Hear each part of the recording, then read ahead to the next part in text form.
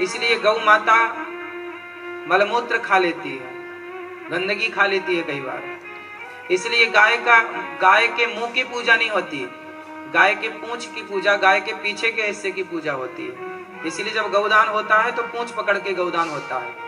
आगे मुंह पर तिलक लगाया जाए, मुंह पर ठीक है उसका माला पहनाया जाए, पर दान जब होगा तो पूंछ पकड़ कर होगा। गाय के पीछे खड़े होकर पूजा होती है। तुम झूठ बोलती हो। तो गाय गंदगी खाने लगी, तो इसलिए गाय को भी श्राप दे दिया माता सीता। औरों को भी वहां पे चर्चा है श्राप की। फिर गवाही किसने दी? वहां घास लगी थी, घास जिसे दूर्वा कहते हैं। दूर्वा, दूबा जानते हैं? दूबा, दूर्वा थी।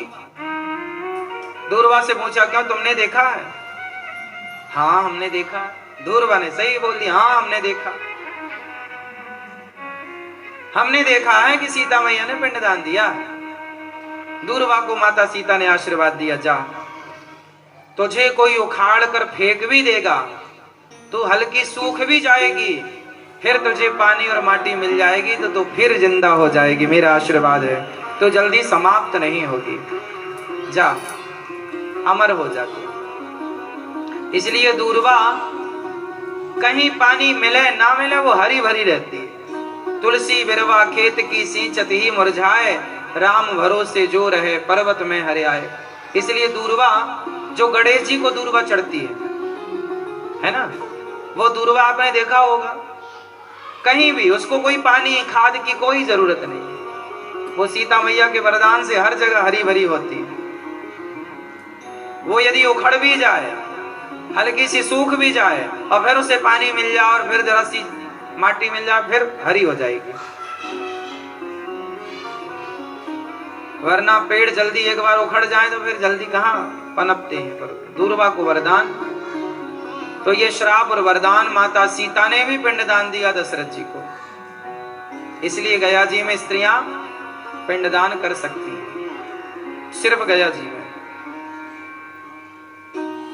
और वो भी अपने दोनों पक्ष के लिए। इसलिए हम सबको ना अपने कर्तव्यों का पालन करना चाहिए। अच्छा, राम जी से दशरथ जी ने पिंडदान क्यों नहीं लिया? क्योंकि दशरथ जी ने राम का दान कर दिया था। ये पता है आपको राम जी किनके बेटे हैं?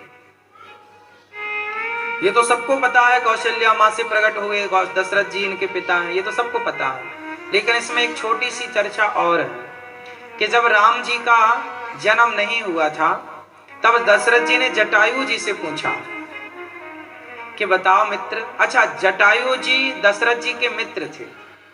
एक बार जटायु जी ने दशरथ जी के प्राणों की रक्षा की थी, और दशरथ जी का नियम था कि हमें किसी ने कुछ दिया तो उसके थैंक यू के तौर पर दशरथ जी वचन बोल देते थे, तुम्हें क्या चाहिए, जो मांगोगे, प्राण जाए पर वचन न जाए, मांग लो।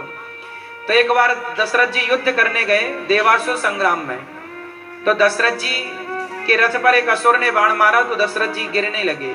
तो गिरते हुए दशरथ जी को जटायु जी ने आकाश में ही अपने पंखों पर आश्रय दे दिया, और पंखों पर जटायु बहुत बड़े थे।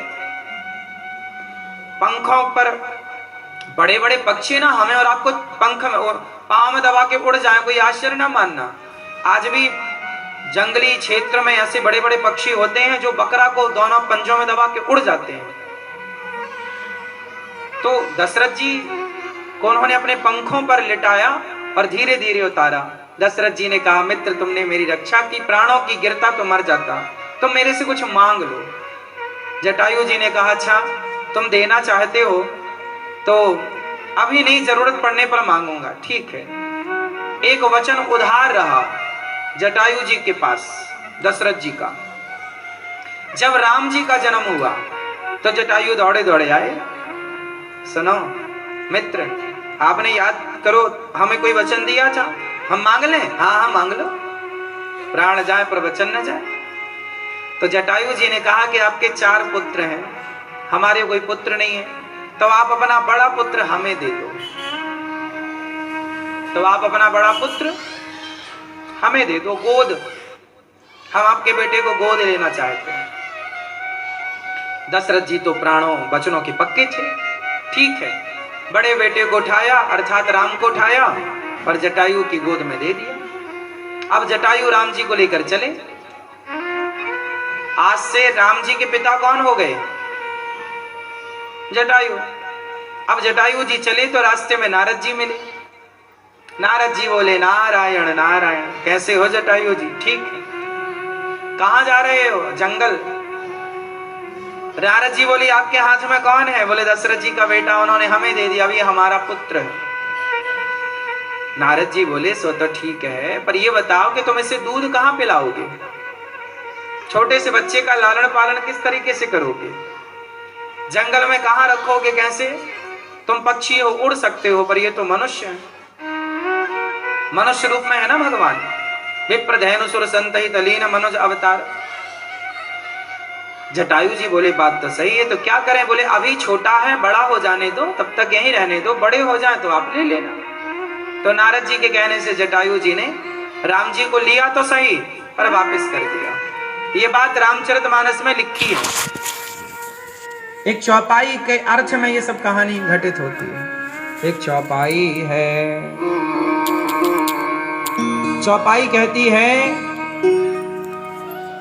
सर्वस दान दीन सब काहू, जेहि पावा राखा नहीं ताहू। गोस्वामी जी कह रहे हैं कि दशरथ जी ने राम जन्म में सब कुछ दान कर दिया। सब कुछ का मीन्स क्या? राम को ही दान कर दिया। और जेहि पावा, जिसने लिया दान, वो राखा नहीं ताहू, वो रख लेने वाला रख ना पाया तो वापस कर दिया। तो राम जी फिर आ गए, जटायु जी चले गए।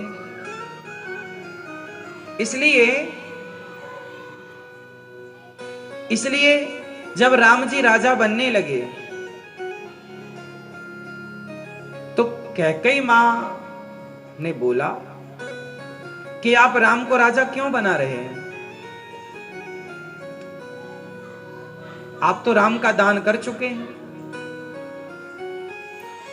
और असली राज मुकुट जो अयोध्या का था वो बाली के पास था। दशरथ जी और बाली का एक बार युद्ध हुआ। चुनौती दी बाली ने कि दशरथ जी हमसे युद्ध करो। दशरथ जी ने कहा कि मैं युद्ध करूंगा तो बाली से जीत पाना तो असंभव है।